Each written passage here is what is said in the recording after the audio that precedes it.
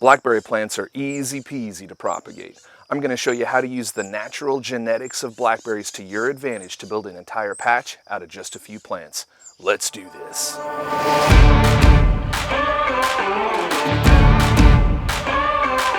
If you want a big blackberry patch, you could totally spend hundreds of dollars on brand new plants and it'd be totally great. But why buy them all new when you could just use a few plants and propagate the rest? Man cycle. My Uncle Jay is a super generous dude, and he allowed me to come take a couple dozen plants from his Thornless Blackberry patch to start my own. That was just a few years ago, and those couple dozen plants have turned into hundreds and form a very nice row of plants to frame my orchard. Let me show you how they do it. When I first saw this happen, it blew my mind.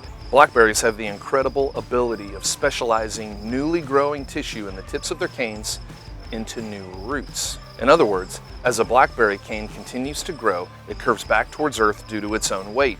And once the tip of the cane grows to the point that it reaches the ground, it actually roots into place there.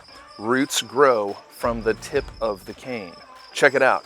This growth starts at the base of the plant, curves over at about 6 feet, and continues to grow to the ground where it roots again. Crazy. That'd be like laying your head on the ground to take a nap and waking up to find a new foot growing out of your head. Could be handy. Or footy. This cane hit the ground and started rooting last fall, and look, new growth where the tip rooted. I'm going to dig one of these up and shake the soil off to offer a view of the tip roots. Check it out, roots growing from what was once the top of a separate plant. And these roots are in excellent condition. They're drawing in enough nutrients to feed brand new canes. I don't need to buy new plants to fill in the weak spaces of my blackberry patch.